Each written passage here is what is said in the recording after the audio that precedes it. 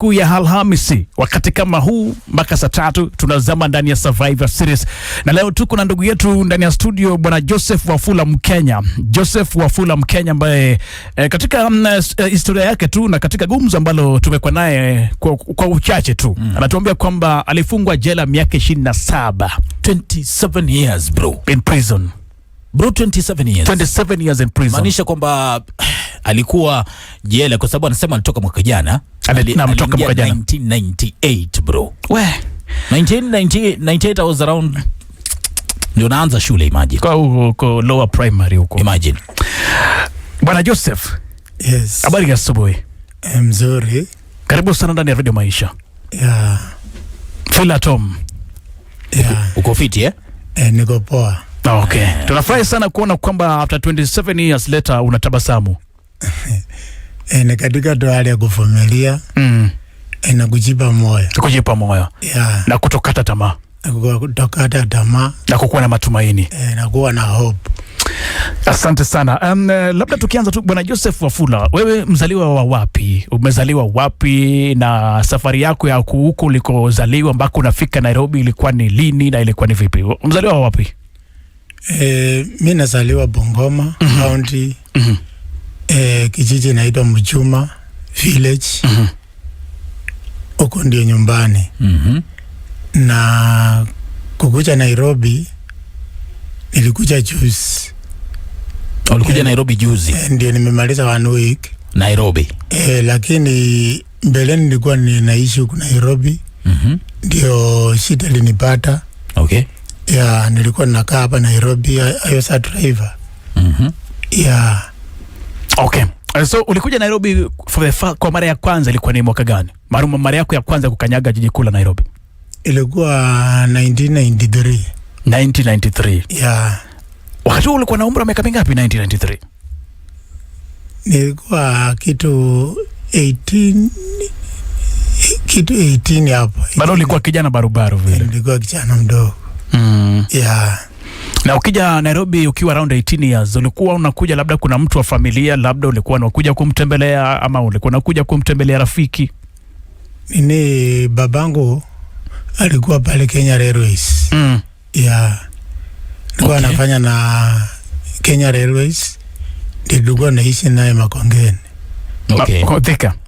Makongeni Nairobi. Makongeni ya Nairobi. Yeah. So baba alikuwa anafanya kazi pale Railways. Yeah, alikuwa anafanya Railways. Okay. Yeah. Kwa hivyo umekuja Nairobi, babako anafanya kazi pale Railways, you are 18 years old. Umekuja labda kufanya kazi, umekuja shuleni ama umekuja kufanya nini vile? Nini, yule papa nilikuwa nakaa naye is not my real father. Okay. Yeye alikuwa anafuata babangu. Kwa hivyo ni kuzaliwa yeye ndiye ami yako, the brother to your father. Yeah. Yeah. So mimi nilikuwa driver, nilianzia kazi huko Bungoma. Kazi ya kuendesha hizi lori. Kwa hivyo ukija Nairobi ulikuwa tayari wewe ni dereva? Yeah. Kwa hivyo ukiwa 18 years ulikuwa tayari unaendesha? Mimi niliendesha gari nikiwa na 9 years.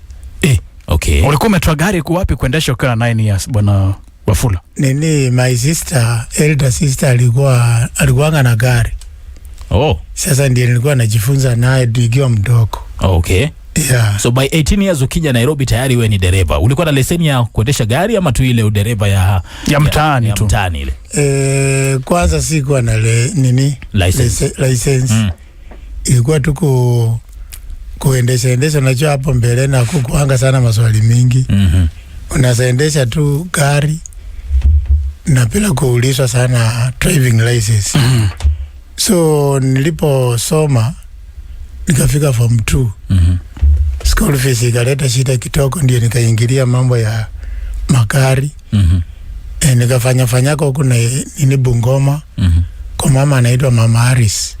Okay. Namfahamu Mama Harris. Nikaanza biashara pale mjini Bungoma, sio? Nikaanza na yeye kazi kama ya dande boy.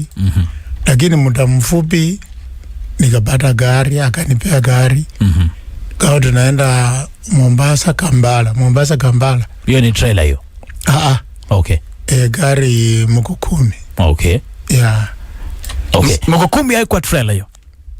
Hiyo si trailer. Hiyo nini hiyo, tractor ama lori tu? Lori. Lori. Yeah, lori. Sisi wote tunaweka pamoja na ile tu. Magari yote makubwa ni matrailer. Okay, naam. Yeah. Okay. So nilipo kaa nikapata kazi kwa hapa nini IDL, Industrial Distributors. Baada ya kuja Nairobi sasa. Nikaanza kufanya kazi kama forklift driver. Okay. Yeah. Nikafanya, so ilipofika 1998 nikawa kuna marafiki zangu, nikiwa nyumbani ninaenda katika hoteli ya mmoja yao anaitwa Makau. Francis Makau. So nilikuwa naendanga hapa tukasoeana kuwa marafiki tu. Sasa ilikuwa siku moja wakakuja na mwenzake anaitwa Mwangi. Kukuja naye wakasema, bwana, tuko na safari kitoko ya kuelekea Matu. Sasa huyo Makau akasema kwamba brother yake ako na wedding ceremony ya ndugu yake.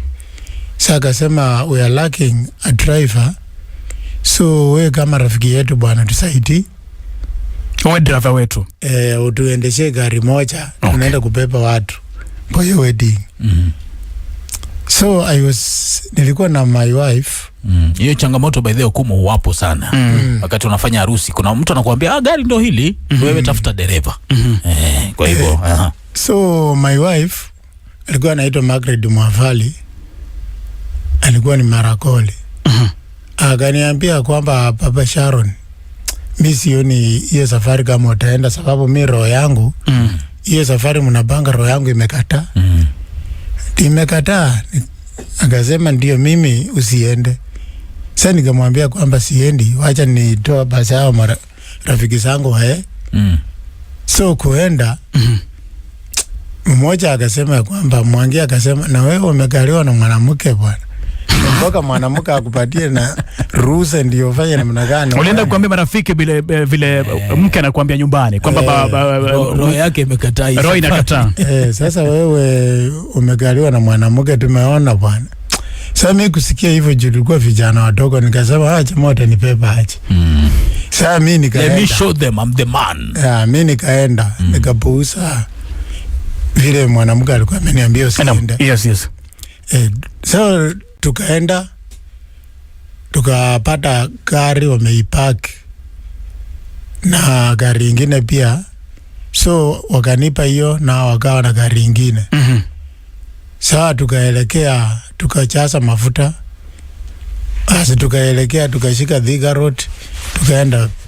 Before reaching to Matu, traffic police walitusimamisha. Sasa hao ndio walikuwa na gari mbele wakasimamisha, mimi nilikuwa nimewafuata. Sasa polisi wakaambia kutoka nje, mnatoka. Wakati huo mko kwenye msafara wa harusi. Hapa tutafika kwa harusi yenyewe ndio tuko tunaenda sasa. Okay. Sasa nikaona wanatolewa nje. Mimi unajua nimengoja, niko tu kwa gari nyuma ya askari mmoja akakuja mahali niko. Akasema hebu fungua mlango, nikafungua. Toka nje. Nikatoka. Kaniambia wewe ni nani na unatoka hapo unaenda wapi? Leta license. Leta nini ID. Kumpa akasema hebu songa hapa hivi. Kusonga akatoa pingu. Akaniweka kwa mkono, nikamwambia mbona unaniweka pingu? What is really happening? Kaniambia kwamba ni nyinyi tulikuwa tunatafuta, sasa tumewapata. Ala. Nikamuuliza kivipi? Akaniambia kwamba nyinyi mtajulia mbele. Sasa hatuwezi ongea na nyinyi. Nikasema hapana, mimi huwezi kunishika na sasa sijui ni nini.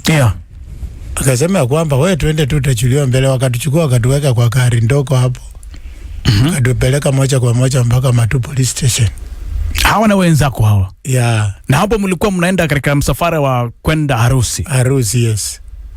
Okay. Sasa kufika Matu police station, wakatutoa viatu, wakatuweka cell. Kitoko wakatuita, wakatuingiza kwa nyumba ya CID office. Hapo tukaanza kupigwa, yani kupigwa kwa kabisa. Kapigwa, kufunjwa miili yote. Hebu sema hizi gari Mulisipata namna gani? Sasa mimi nikawaambia kwamba mimi hata sielewi chochote. Mimi ni hao marafiki zangu walikuwa wanasema ya kwamba niwasaidie kuendesha gari, tunaenda wapi? Harusi. Sasa mimi sijui kile mnaniuliza. Akasema ujui namna gani na uko na gari na hii gari inatafutwa. Kamba hizi gari zilikuwa circular na zinatafu. Sasa wakatupika, alafu wakatupeleka cell. Kwa tumevunjwa vibaya. Kufikia hapo sofa hamjui mnapigiwa nini? Mimi mwenyewe kwanza sikuwa najua. Lakini nilionao marafiki zangu. Kuna dalili ni kama wameokopa kiasi. Sababu wenyewe walikuwa wanajua hiyo gari hao ndio walikuwa naye. Okay. Ya ndio walikuwa wameniitia.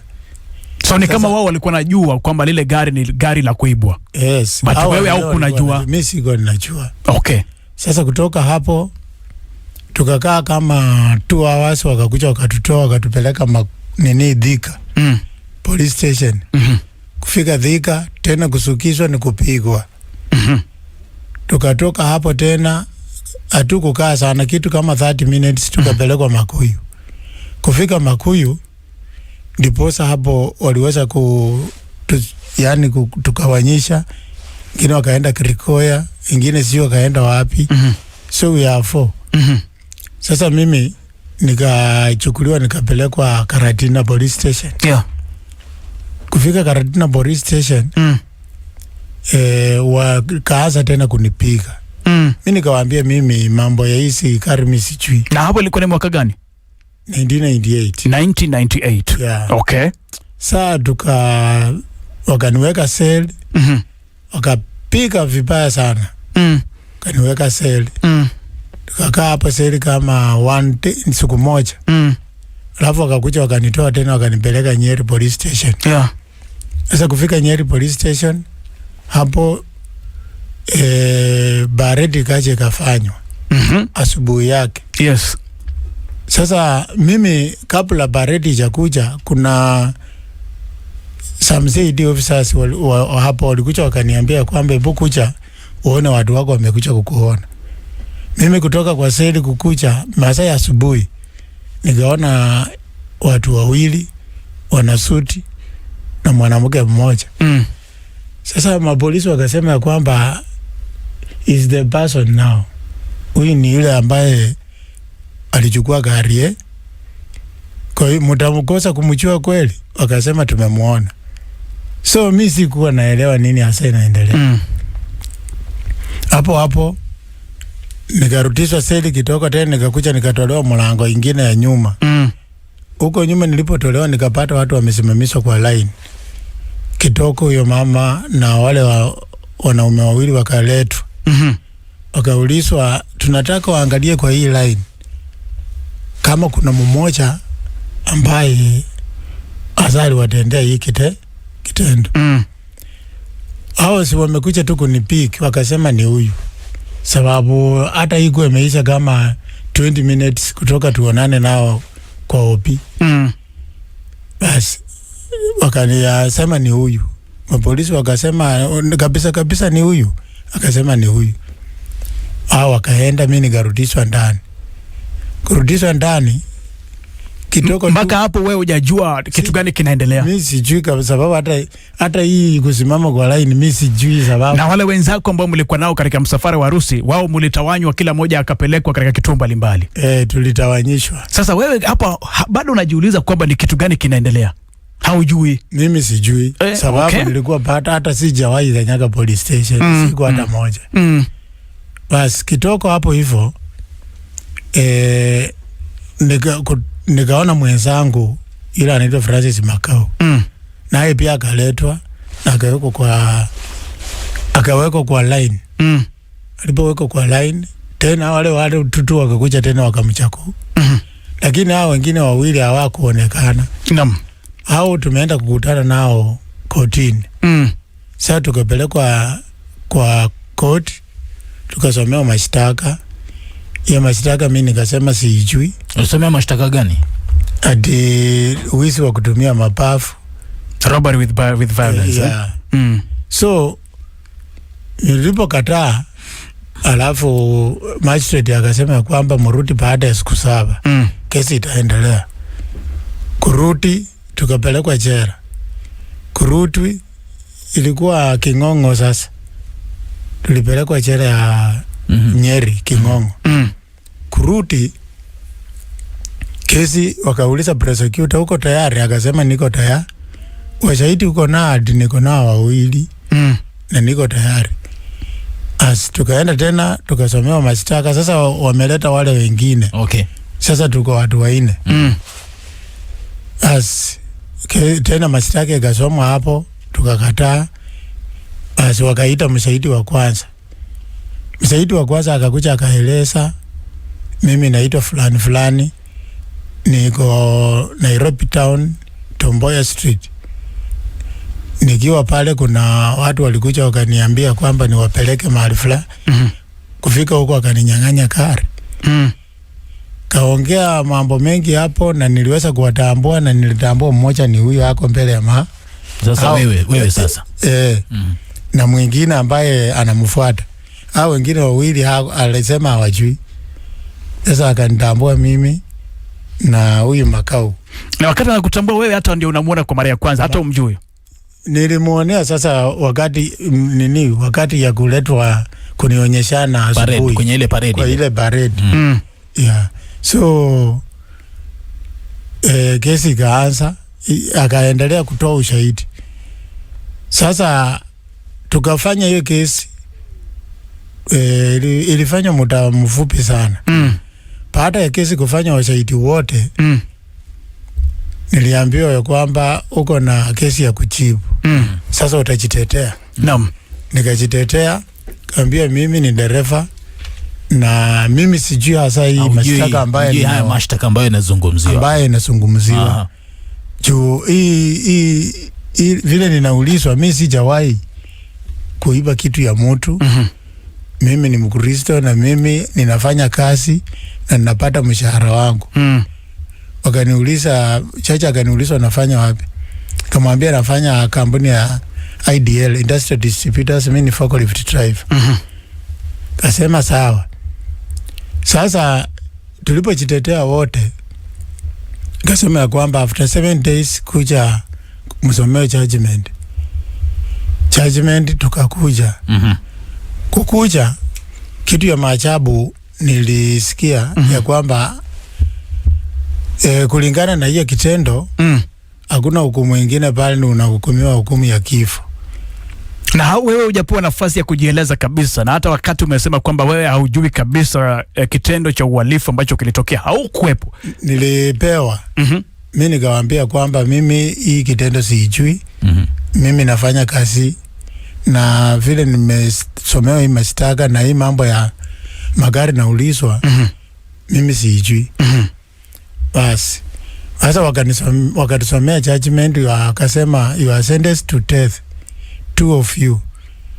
Lakini wale wengine wakahukumiwa 6 years in each count. County zilikuwa 2 sababu kari ilikuwa 2. Okay. Sasa wewe na mwenzako kifo.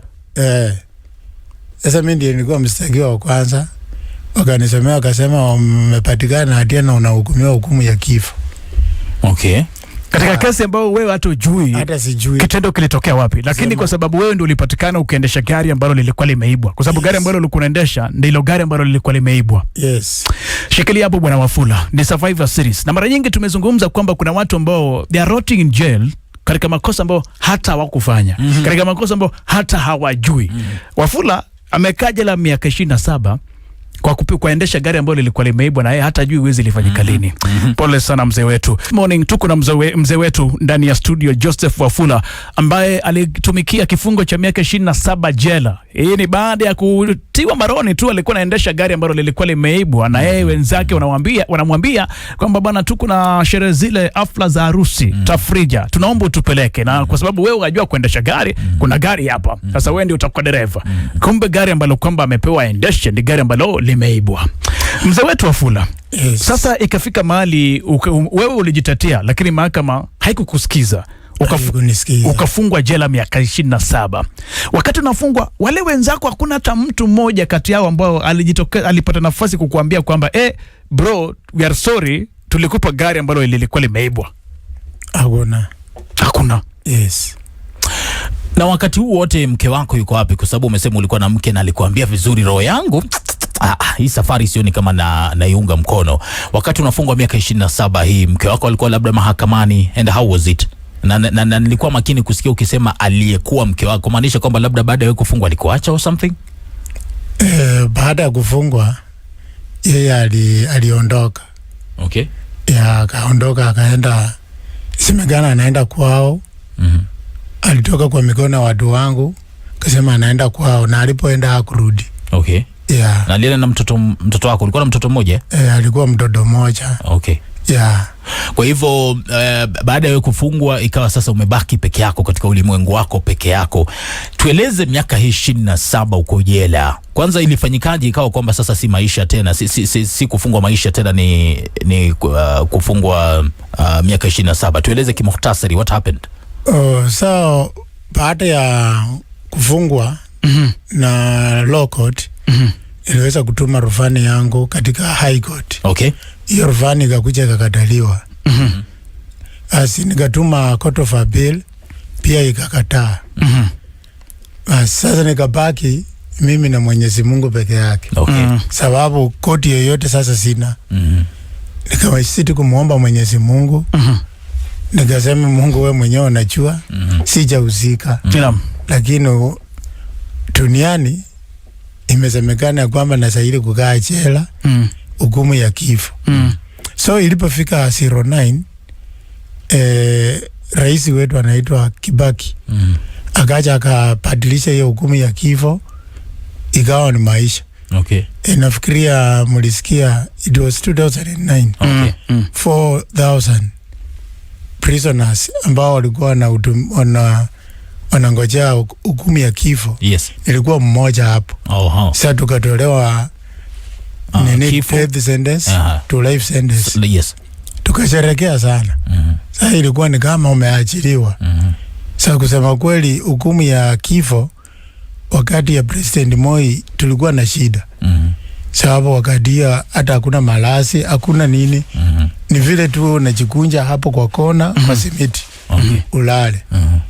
Iwa kila kitu kaa ni shida. So tukakaa hivyo kufika 2018. Yes. Hapo kuna nini liletwa ya unatuma application, miscellaneous application ya resentencing. Okay. Nikatuma moja kama 12, haiku respond. Sasa 2024 ilikuwa tarehe 2 mwezi wa 7, nikatuma miscellaneous application ya resentencing. Kwa bahati mzuri ikawa imekubalika kusikizwa. Ikasikizwa na jaji mmoja Nyeri. Alafu akatoa judgment akasema ya kwamba nakuondolea hukumu ya maisha na kufunga 40 years. Okay. Nikafungwa miaka 40. Sasa ukiondoa wanasema remission ya serikali na paki 26. Na nilikuwa nimekaa 27 years. Okay. Sasa nilikuwa na mwaka mmoja juu. Okay. Ikawa nimepata uhuru wangu baada ya maombi kumulilia Mwenyezi Mungu. Akanisikiza. So kutoka hapo nikakuja nyumbani. Na jela nilikuwa nimejifunza mambo mengi sana. Nimejifunza mambo mengi, grades kwa mechanic nina grade 3. Sheet metal kwa welding niko na grade 2. Nimesomea mambo ya Biblia, nina diploma 3. Hizo zote umesomea ukiwa pale jela? Yeah. Nimesomea mambo ya first aid na Kenya Red Cross. Niko na certificate, both theory and practical. Nimesomea restorative justice. Wow. Drugs and substance abuse. To give awareness about the effects of drugs. Nimesomea mambo ya alternative to violence. Man of honor. Yes. Ya, nimesomea mambo ya kutengeneza hizi sabuni. Na hayo yote umesomea wakati uko pale kwenye prison. Yes. In a nutshell, uta describe vipi maisha ya jela miaka 27? Uta describe vipi? What was the lowest moment wakati unafungwa pale miaka 27? Safari ya hiyo miaka 27 haikuwa rahisi. Ukiwa pale ndani, the lowest moment unaweza sema ilikuwa ni gani? Lowest. Yani ile kitu kibaya ambacho kilikutokea kipindi uko ndani miaka 27 ambacho unaweza sema kwamba utaishi kukumbuka. Kitu kibaya ukiwa uko ndani baada ya kufungwa ni kumiss familia yako na kufeel ile mambo ambayo ulikuwa unafanya ukiwa huru. Yes. Unaona? Sasa inakupatia stress, una undergo mental torture. Unakuwa na stress mingi sana every day. Sababu pia hata pia kuwa handled gerezani pia si rahisi. Okay. Labda kwa sababu ya muda tukielekea kumaliza. So what are you doing now? Sasa hivi unafanya nini? Kwa sasa hivi siko kazi. Unaishi Nairobi ama Bungoma?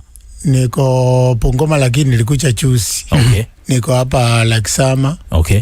Estate. Unafanya nini? Niko kwa my cousin. Nilikuja kutafuta tu vile naweza pata kibarua. Kwa hivyo unatafuta Yeah. Ilikuwaje familia yako ile kupokea baada ya kutoka jela? How was it? Na imekuwaje wanaita reintegration ile kuweza kuingia tena katika jamii na kukubalika kule naam? Yeah, mimi nilipotoka jela nilifika nyumbani nikalakiwa kama mbunge. Sasa nilipata watu thousands of people wamekadha kwa boma wakanipokea kwa shangwe. Wow. Sasa nikakubalika. Sasa kulingana vile nikaanza kwenda kanisa. Pia wengine nikutana na walevi na wapea advice au vijana ambao hawajui sheria. Najaribu pia kuwakite vile wanazajipata vile mimi nilijipa. Nikawaambia mkae mzuri, mambo ya defilement nikajaribu kuwaelezea vile wanaweza kaa. Kama kuna watoto wadogo wanaanza kufanya utana watoto wadogo watajikuta mahali pabaya. Na wale ambao wanatumia mihadarati pia utajikuta, sababu unaharibu maisha yako, na kwa sababu ya hiyo unakuwa na pressure, peer pressure ambao watasema tufanye. Baada ya kutumia kama hamna, wanasema twende tuiba ama shika huyu mtu tu. Sasa pia najaribu kuongea na vijana wadogo na waelezea hali vile naweza wapata na wapi wanaweza enda. Okay. Yeah. Labda iwapo kuna msikilizaji ambaye anakusikiliza leo hii na amesikia story yako, ni vipi unadhani kwamba watu unaweza ukapata hiyo support? Kwa sababu miaka 27 jela kuna vitu vingi ambavyo ulivipoteza. Nini ambayo ni priority sasa hivi kwako? Ni kazi ama? Mimi asa mwenye ananisikiza, mwenye anaweza kuwa msamaria mwema. Kusema ukweli miaka 27 kwa saizi na jojote.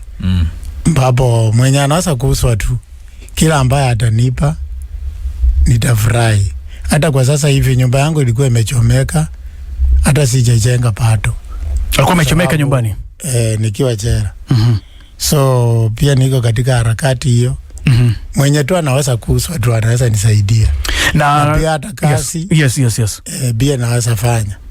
Sasa hivi kama kuna mtu ambaye anakutegea sasa hivi na labda kuna kazi, iwe ni kazi ya aina gani? Labda kazi yoyote mimi nitafanya. Kazi yoyote ukutafanya? Kwa sasa hizi siwezi chakua kazi. Licha kuwa professional driver, lakini yeyote iwe ni dereva iwe yeyote mimi utafanya. Yeah. Alright. Unaweza ukapeana namba yako ya simu labda? Uko sawa kupeana namba yako ya simu hewani? Kwa hivyo kama kuna mtu anategea story yako sasa hivi na ameguswa na story yako na jinsi umebadilika na jinsi unavyosaidia kuendeleza jamii na kurudi jamii kwa jumla, unaweza ukapeana namba yako ya simu? Sinaweza peana. Haya, peana namba yako ya simu. Nambari yangu ni 01 16 01 91 60. Unaweza ukarudia tena? Nambari yangu ni 01 16 01 91 60. 0116019160. Na atakapokuwa labda anataka kuweka kitu kitoka hapo asijali na ile chini ataleta, sababu saa hizi SIM card inasoma my brother ambaye ni Crispinus Wafula. Okay. Huyo ni my brother because niko still under process ya ID. Okay. Nikipata ID ndio sasa itarudi kwa jina yangu Joseph Wafula. All right. Yeah. Joseph Wafula, tunakutakia kila laheri, na nadhani ni mfano ulio hai jinsi watu wamefungwa kwa makosa wao hawakuhusika kabisa, na inaashiria kwamba kuna mianya katika system yetu ya mahakama. Yeah. But Mungu amekutoa.